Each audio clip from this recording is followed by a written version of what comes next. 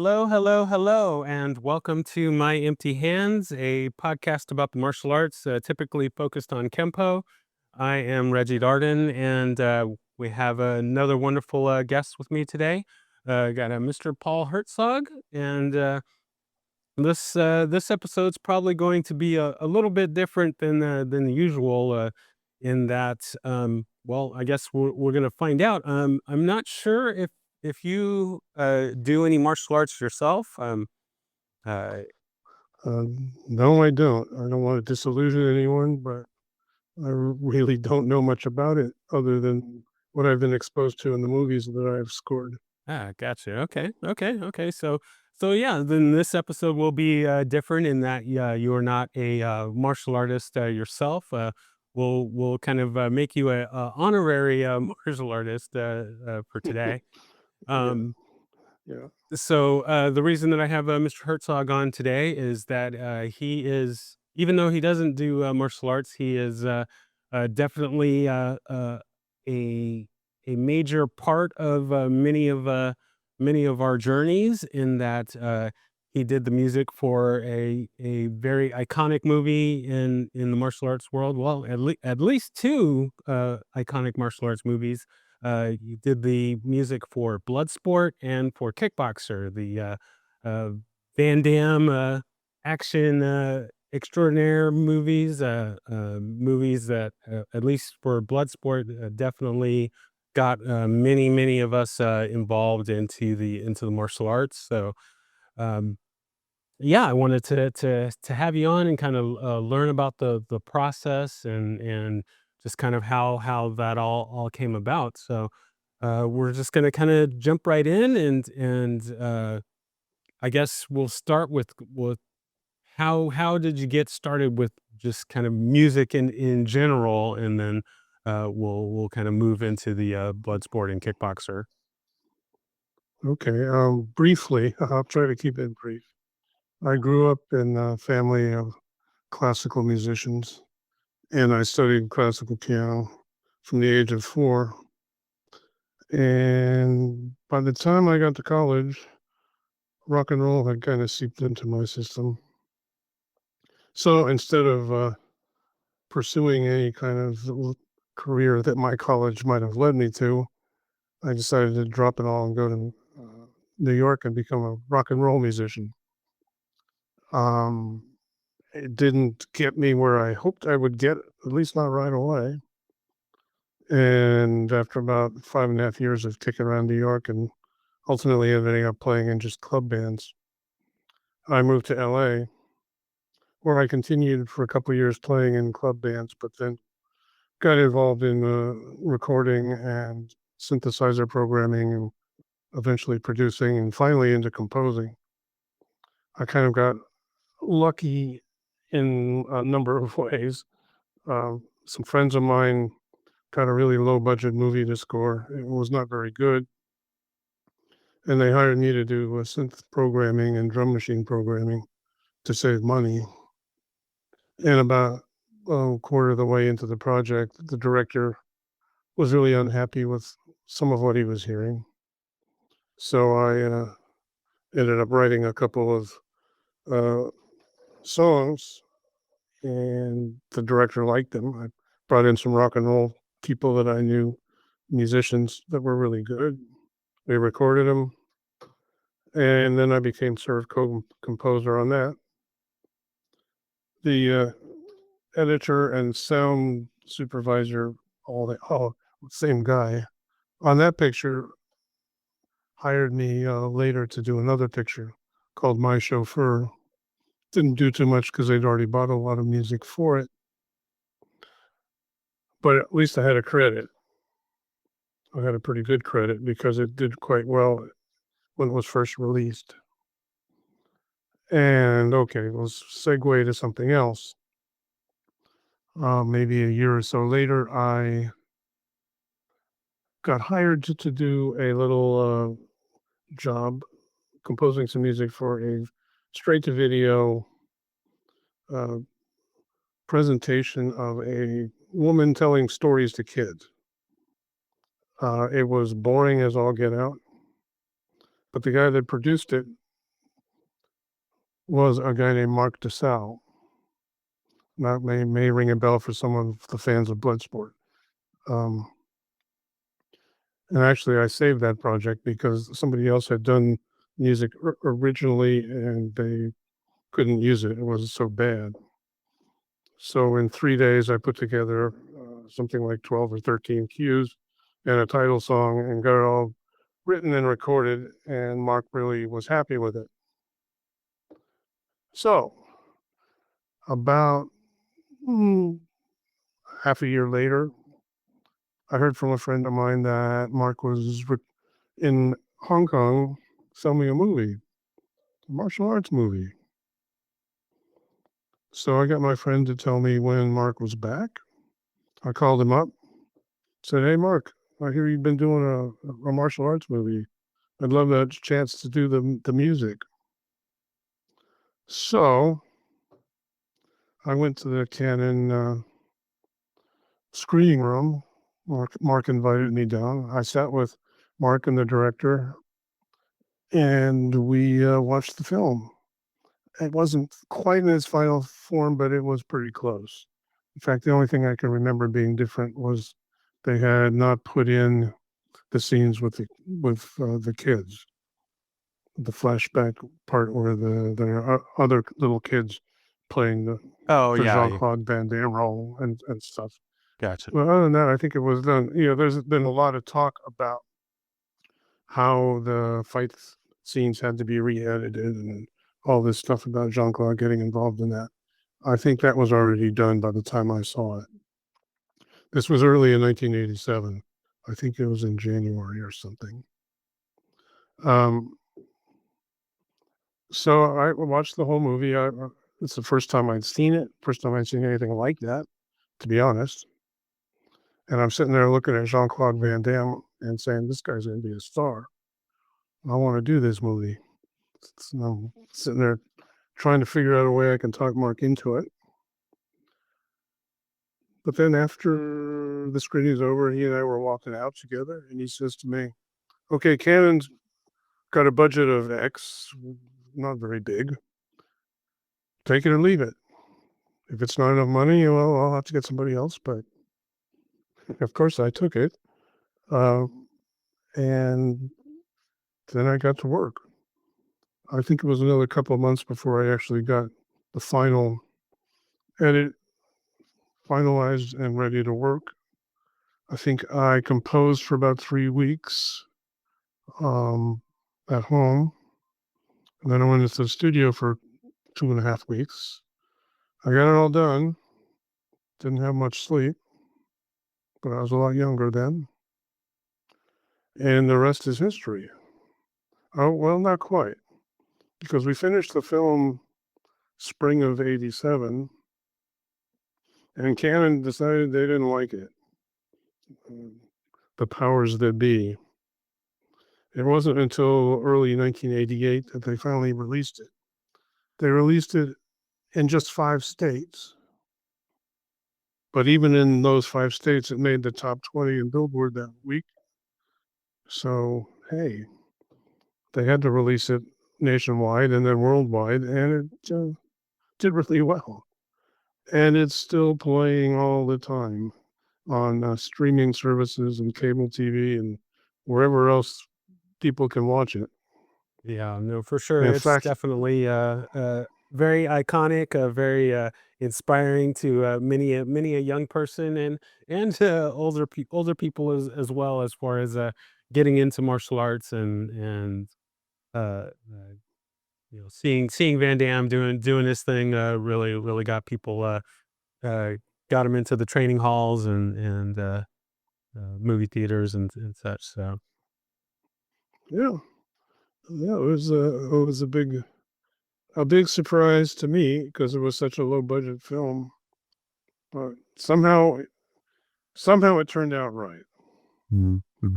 and boy, people still love it. Oh yeah, yeah. No, I watch it, rewatch it on a regular, just because it's a fun watch. So just to Yeah. kind of roll back here a little bit. So now with your interest in music, was uh did you always want to be on kind of the composer side of it, or did you want to, be the man on stage and, be front and center, or kind of.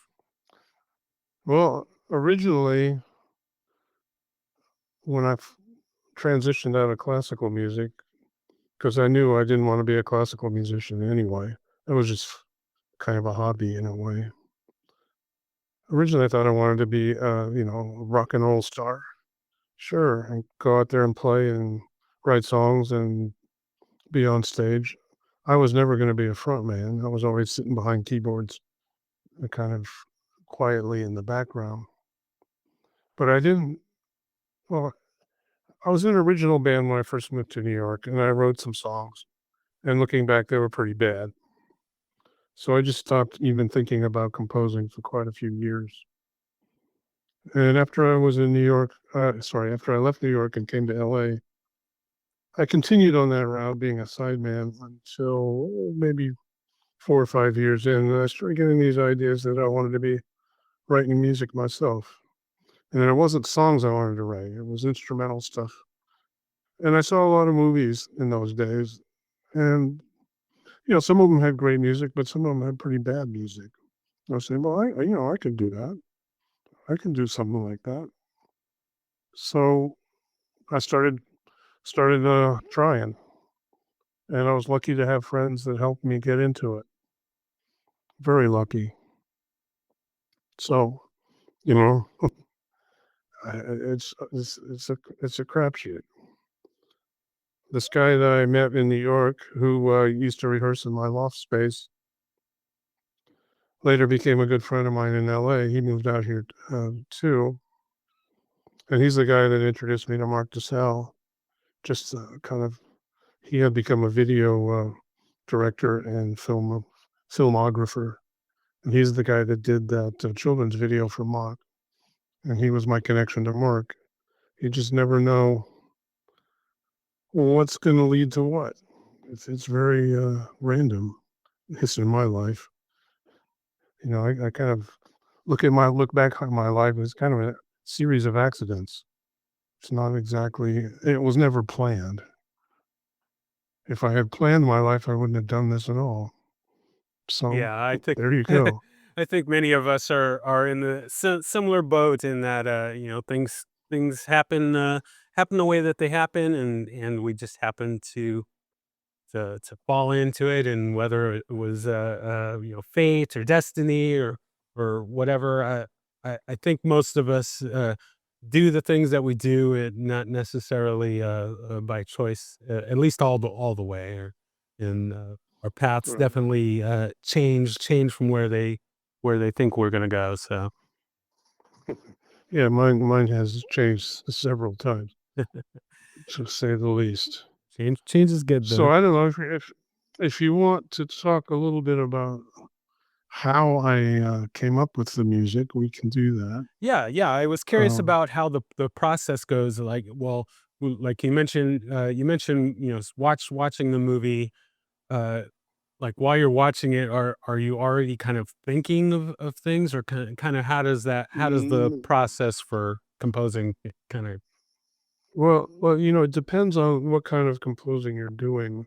For me, it was always electronic based, and I would have to enter data into some sort of machine that would save the data. Now, 1987, I didn't have what I have now, which is this whole integrated computer system where I can watch the movie and sync to it and write music all out of the same computer. That technology hadn't been developed, or if it had been, I couldn't afford it. So I had an old standalone sequencer that I could record MIDI data into. I couldn't record the music myself at home, so I had to eventually take my data to a studio and hire an engineer and pay for a studio and buy tape and all that stuff. But initially, I got a VHS copy of the film. The film, well, this was done on film. It was before digital films were being done, or maybe they were being done in a few high-priced places, but the digital stuff was pretty new. Um, so they filmed and then edited it into different reels. There were, I think, usually 9 reels in a feature. Every reel was about 10 minutes or a little less. So I'm sitting in my house with a little VHS recorder hooked up into a TV so I could watch it. And I got my bank of keyboards and I got this sequencer. And I just watched the film over and over, each scene, over and over and over, till I figure out what's going to work. I usually am improvising to the picture to get an idea of what kind of feel I want. If it's a fight scene or an action scene, I'll generally put down a drum pulse. In those days, I used a drum machine that I would program separately from the sequencer. So you just put in, I'd try to find a beat that seemed about right, put in some drums, usually just a bass drum, we call it kick drum, and try to find out what's going to work. It was a lot of work. I had to do a lot of math. I didn't have the computer that could do the math for me. So I could figure out, you know, how am I going to get from point A to B? First of all, what speed does it take? Second of all, how does that translate into measures of music? And sometimes it's tricky. So a lot of times I'm changing tempos slightly every measure. I do it a little differently now because the computer will calculate that for me. But but it was a lot of it was just trial and error. See how if I slow down to here or speed up to there, will I end up where I want to end up at the end of the measure? So that took a lot of time, and it took a lot of time then to translate those measures into actual good music that fit the scene. Now, writing for a slow scene, there's a few slow scenes in Bloodsport and Kickboxer. That's a lot different. Right? I sort of free form, just improvising with some kind of piano sound or string sound or something to try and get the feel that the scene needed. And one thing about martial arts films is a lot of martial artists aren't necessarily schooled actors. And sometimes the emotion that a trained actor can convey is not being conveyed by somebody that's trained to be a fighter. And that's where the music can come in and make the emotions happen.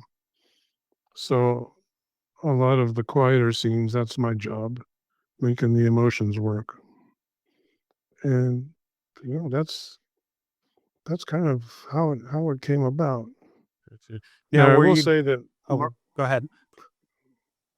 I'll say Mark DeSalle, the producer, was very much into having temporary music when he was editing. Um, so before I started, I kind of knew what kind of feeling he was looking for musically. I did not attempt, as some composers do, to just reproduce his temp music, but I looked for, something like maybe the drum pulse. I said, okay, that'll work. And then just took that idea of, say, quarter note kick drum beat throughout the fight scene. And that would be the only thing I would take from the temp music and then write my own style of notes on top of that and chords.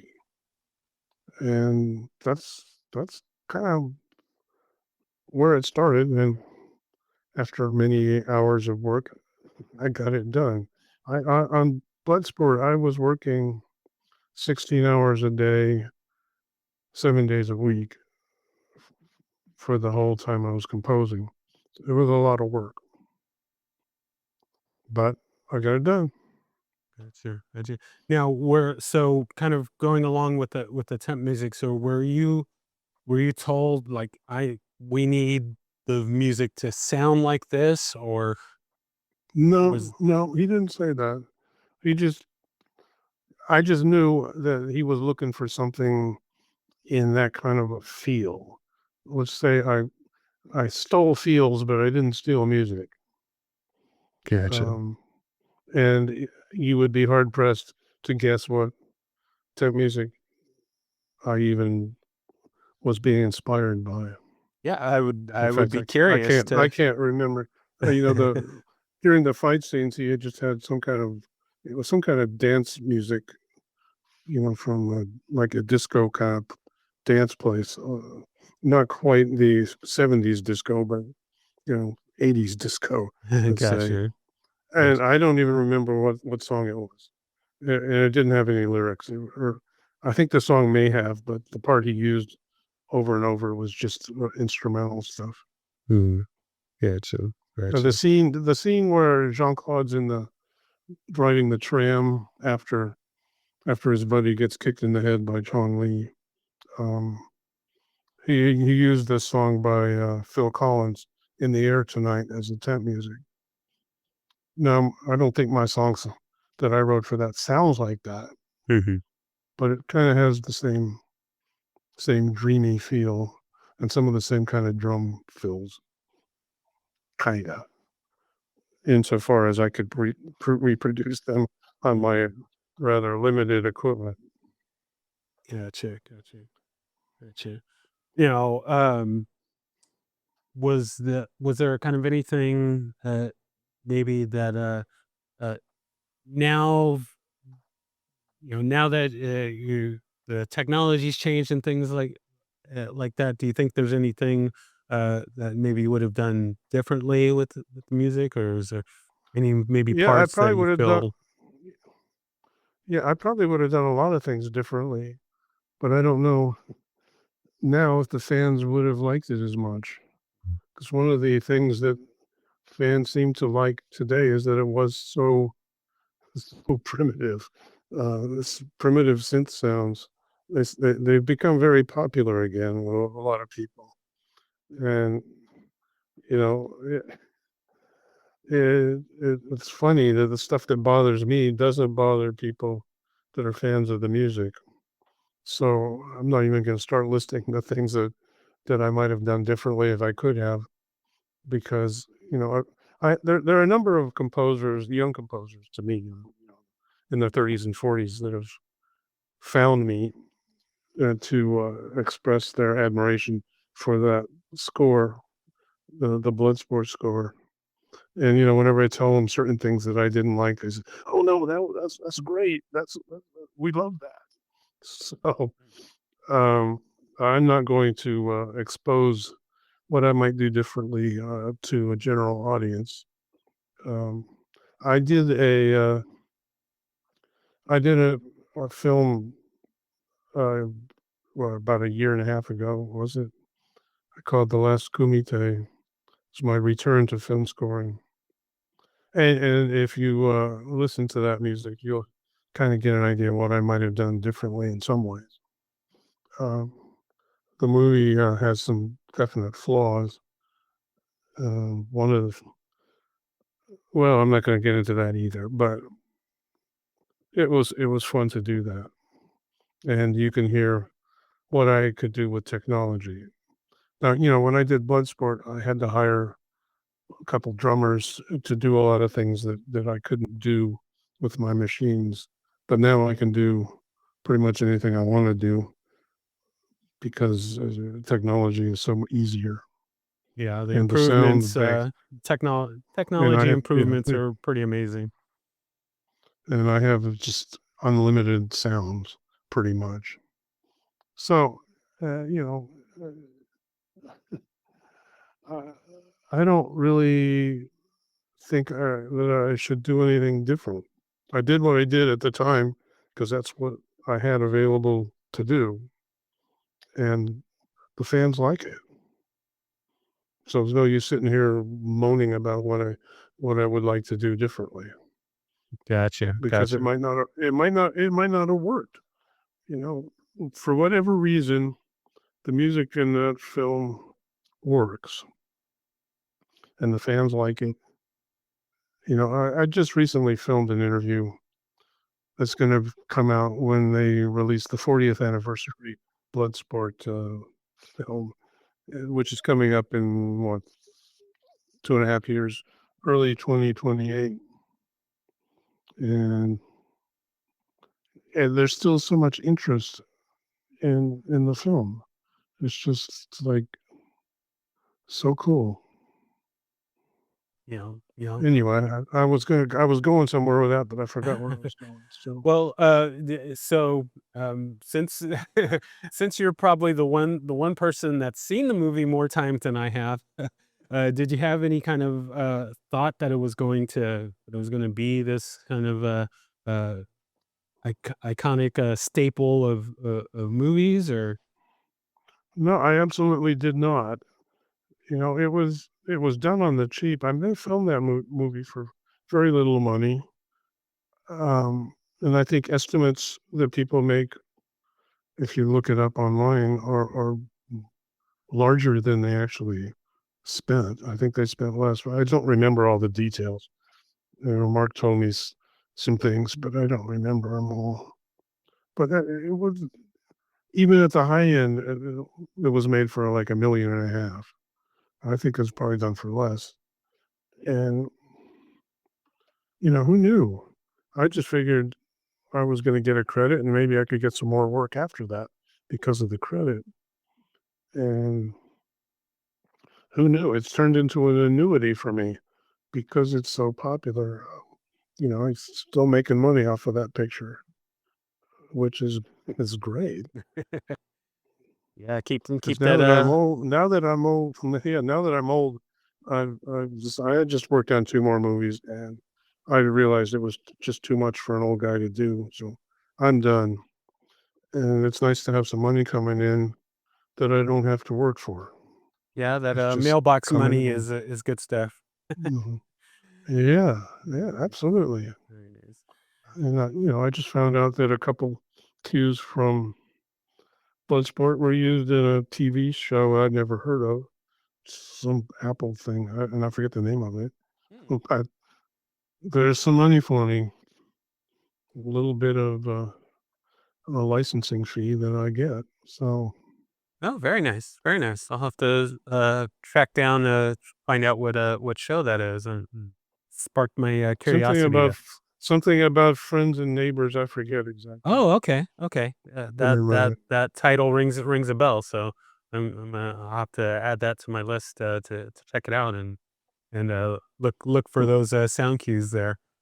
Um. Yeah, well, yeah. If you, I don't know if you're a fan of the Cobra Kai series, Oh yes, yes, but very nice.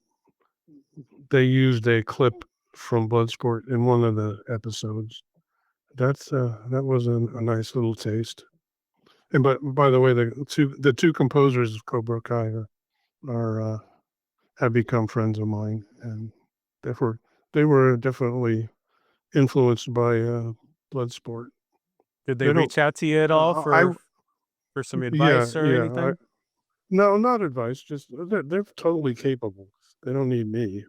Um, and unlike some composers that have tried to copy me, they didn't try to copy me. They just did their own thing. But you can hear there's an influence, and it's cool. In fact, Zach Robinson, one of the composers, just did an interview for this upcoming Bloodsport documentary to talk about my music, Oh, I did which not is know that really there was cool. going to be a Really documentary on it. cool.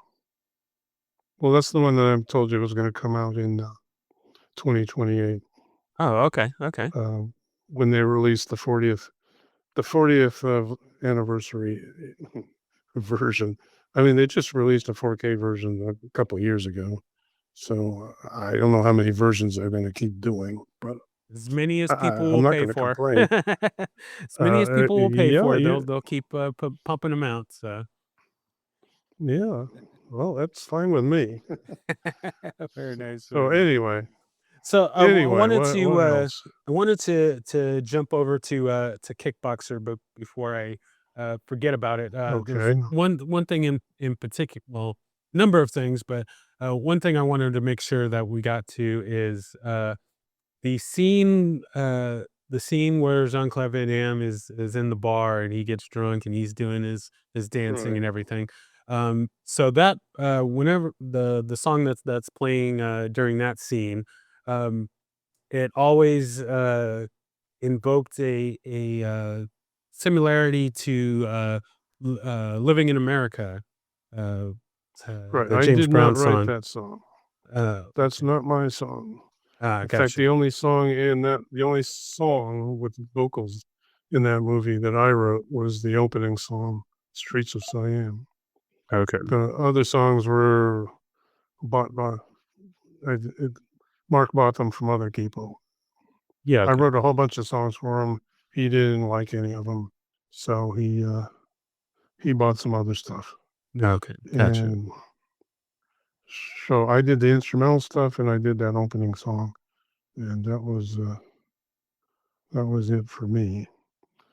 Now, I really personally like the music I did for Kickboxer better than what I did for Bloodsport because I knew a lot more and I knew how to do things in the studio that I didn't know when I did Bloodsport. So to me, the music sounds a lot better. To me, the music in Bloodsport sounds sort of one-dimensional sonically. I don't mean in its impact. Mhm. When I learned how to make the music in Kickboxer have a wider and more varied sound, it sounds three-dimensional to me. And I worked really hard to make that happen because I knew a lot more about the studio, and I didn't let my engineer do as much as he did on Bloodsport. I did a lot of the engineering myself when it came to mixing, or at least I participated. So that it was a different experience. You know, the movie didn't do as well. It's not. It did well, but it hasn't been the blockbuster over the years that Bloodsport is. So I definitely appreciate Bloodsport, Yeah. Yeah. but I really like the music I did for Kickboxer a lot. Gotcha. So Now, was the kind of the creation process kind of the same as Bloodsport as far as you're watching scenes and you're uh yeah, watching scenes over and over and over till I get the feel. I had become really much quicker at doing all the technical stuff I had to do because I had done a couple other movies in between those two, and I had done some recording with I produced an album for somebody on spec. I got paid, but the album was a spec album, never came out. I produced, I wrote some stuff and arranged some stuff for some other artists. So I had been really busy in that little period, which is the one time in my life that I was actually busy as a musician, composer, producer, whatever. And, it didn't last long. But that's, that was a busy time. And I knew a lot more what I was doing when I did Kickboxer than when I did Bloodsport. So, you know, I have mixed feelings. Um, and more, I'm becoming a Bloodsport fan just because of how successful it's been. yeah. But Yeah. for a long time, I preferred Kickboxer. I think Jean Claude did some really good for him. He did some really good acting in Kickboxer, so he had gotten better himself. Yeah, yeah, no, he's definitely improved. There's a show that he was a part of called Jean-Claude Van Johnson, and Yeah, I love that. I uh, love that. That was so good. yeah, that was very, You very know, entertaining. I was quite surprised by that. And then also he did his movie JCVD, which I found very, very entertaining and kind of right? That surprising. I Kind of haven't look at. seen that one, Yeah, but it's very good. he's not he's not willing to. He's not. He's willing to be goofy Yeah. and make fun of himself, and it makes him more human. He's not trying to be some somebody from out, the outer one of these outer space movies or superhero movies. Mhm. He takes all that with a grain of salt, Yeah. and he doesn't mind making fun of himself, Yeah. which is that's part of his charm. When the guy has charm, uh, it's not just a pretty buddy that can kick people in the head. Um, he's got this way of charming people, so Yeah, it's for not all sure, for sure, seriousness. for sure. So Yeah, did you ever get a chance to meet him or have any interactions with? I'm I did not meet him. I think in Bloodsport until the there was a screening for all the participants at Canon after we finished in the summer of '87. I think that's when I first met him. But during Kickboxer, I ran into him quite a few times. I never sat and talked to him, but I ran into him a few times, and he was quite often with Michel Kisi, who now calls himself Mohammed Kisi. They were together most of the time. They were really close to. Um, in fact, that's how I found out that Michel was playing the bad guy in Kickboxer. I had gone to an early screening of Kickboxer, some movie lot. I don't remember where it was, and Michel and Jean Claude were at the screening as well.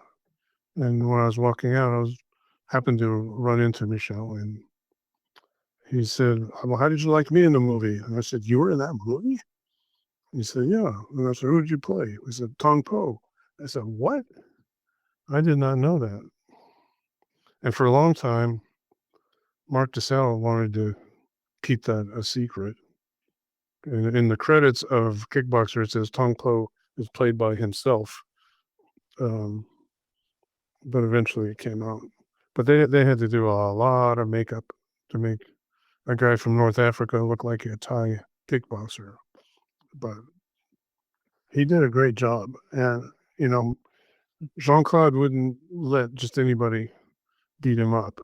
And in the final fight scene of Kickboxer, Jean Claude gets beat up a lot in the early stages. So he trusted Michelle to do that.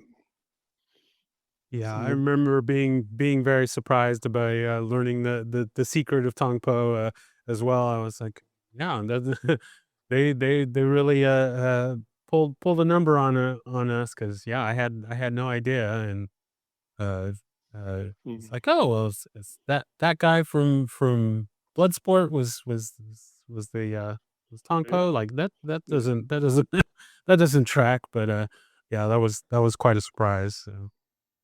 yeah. I've actually seen some pictures of Michelle getting the makeup put on. It was quite involved.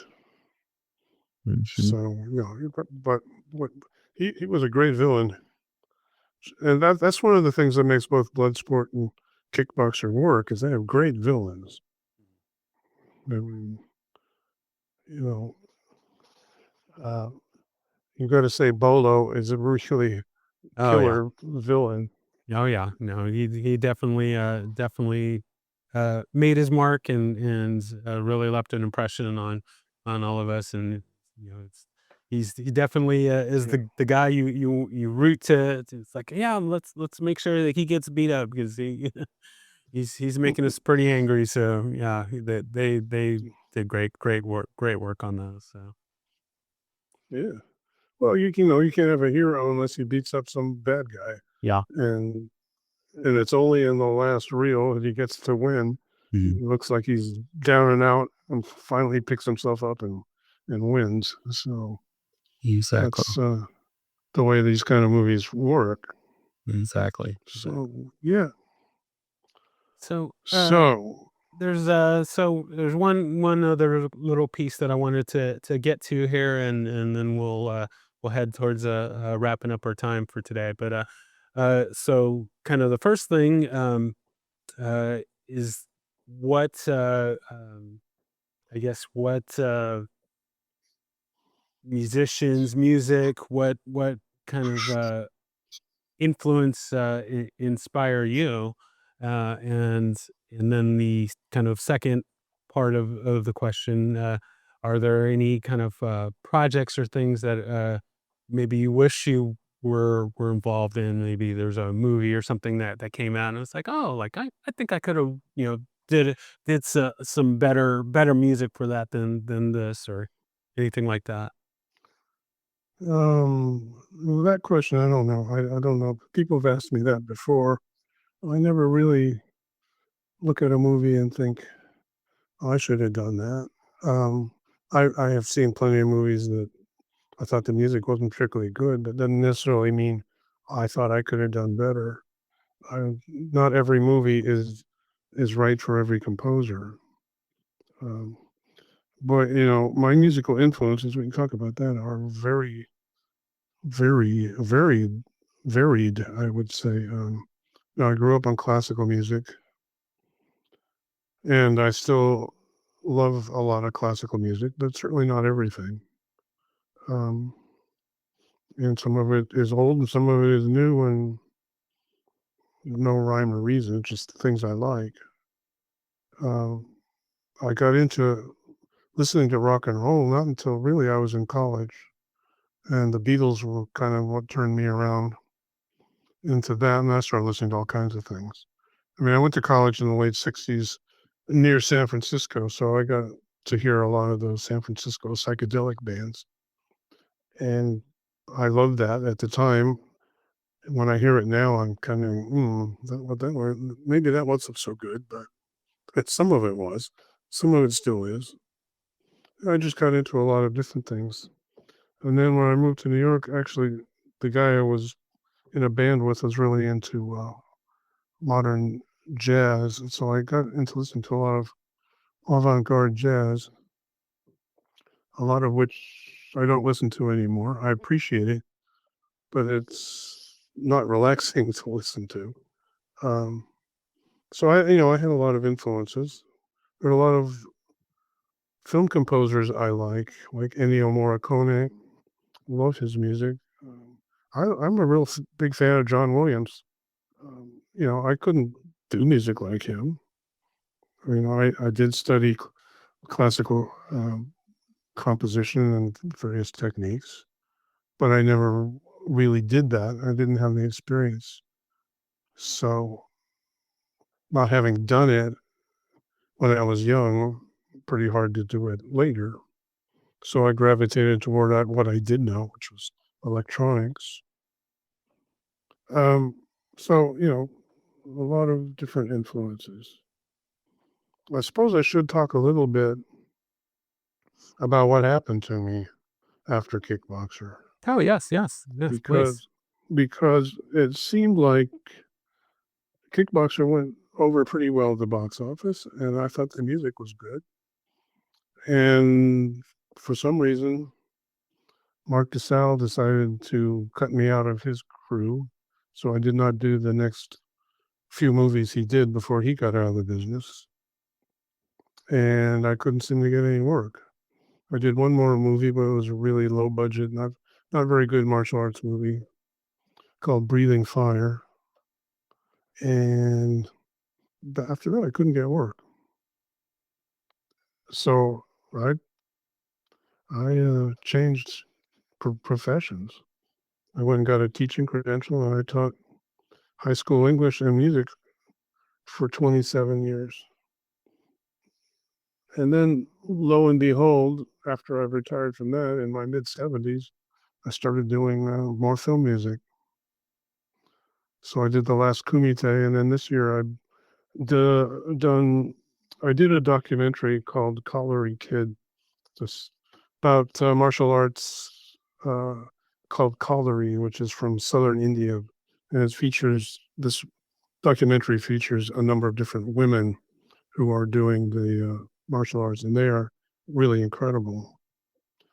But doing this picture, I had to rush because I had another picture coming up right after it, and the director was very demanding, and I got exhausted doing it. And I was supposed to do another picture right after that for the producer of Last Kumite, and I had to tell him I couldn't do it all. So I only did part of it, and the younger guy did the rest. And I decided, you know, I got my little fun going back into some composing for a bit, and now I'm done. I am finished. I realized that, you know, when the year that the 40th anniversary of Bloodsport comes out will be the year I turn 80. So I think I'm done. I've had it, Well, but it's been fun. well, you definitely put in some great work. I know myself. I've been listening to the soundtracks quite frequently as of late. It gets me hyped up when I'm heading for class. So Yeah, it really works out. that's what Works out good. a lot of people listen to my music when they work out. So it's really cool. You know, Excellent. it's a very gratifying thing to know that people around the world are listening to my music and enjoying it. You know, So I can tell every time I get a royalty statement just how many people are, well, at least how many people are listening to it in a format that pays. So there's probably a lot of people listening to it that just went out and bought the CD themselves and listened to that over and over, which Mhm. is fine. It's just nice to know Well, that I did I'm something happy that to makes a lot of support your people work happy. there. So. Great. Well, thank you. So, yeah, So, so we're at our final part of the episode here, and you kind of already hit this, but I'll give the your official spot here, and this is the part that I call the shameless self promotion. So, anything that you want to plug, or if there's anything that you wanted to say that we didn't maybe we didn't get to. Yeah, you have your moment to do that, and then I will close out from there. well, I think people that like my music have already found it, but if any of your listeners haven't, well, I got stuff streaming just about everywhere. Um, so, Apple Music or Spotify or any of the streaming services, you can buy downloads on Amazon. You can find my music wherever you find your music if you just look up my name. And then there's a variety of things, some of which you might not know. I put out a couple of solo CDs during the time I was working as a teacher. Um, one was called Waking the Dragon, and the other was called Freeing the Waters. They're out there streaming. And so, people want to listen. That's great. Um, I'm proud of all that stuff. I appreciate all the fans that have supported it over the years. Excellent. So that's my about my only plug. Excellent, excellent. Yeah, I will be sure to check those out and definitely get those links and things to that out to the listeners to come in and check you out as well. So. Okay, great. Thanks. Yes, I thank you so much for taking the time to be on. We had a little technical difficulties early on, but we got those worked out. So I'm just Yeah. so thankful for the work that you've done and for you to be on to kind of share your story. And now I have more reasons to watch Bloodsport and Kickboxer. And I will also mention Breathing Fire. I actually did enjoy it. Yes, it's definitely not the same level as Bloodsport and Kickboxer, but I did enjoy Breathe Fire and Mhm. your work on that as well. So Oh I yeah. will give a Yeah, shout out to I that. am proud. Yeah, I am proud of that music, by the way. Yeah, no, it's And very good. the CDs are available for Breathing Fire also. So that's something people can look for if they want. Well, once again, I thank you Okay. for being on, and I will be in touch when this episode's ready to go out. And I just thank you so much for being on and sharing your story. Okay. Thanks, Reggie. All right. You have a wonderful day. You too. Thank you for listening to My Empty Hands. If you enjoyed the show, please share it with a friend. If you didn't enjoy it, please share it with an enemy. If you'd like to be a guest, or if you would like to recommend a guest for the show, please email me at podcast@talkingkempo.com. Thank you.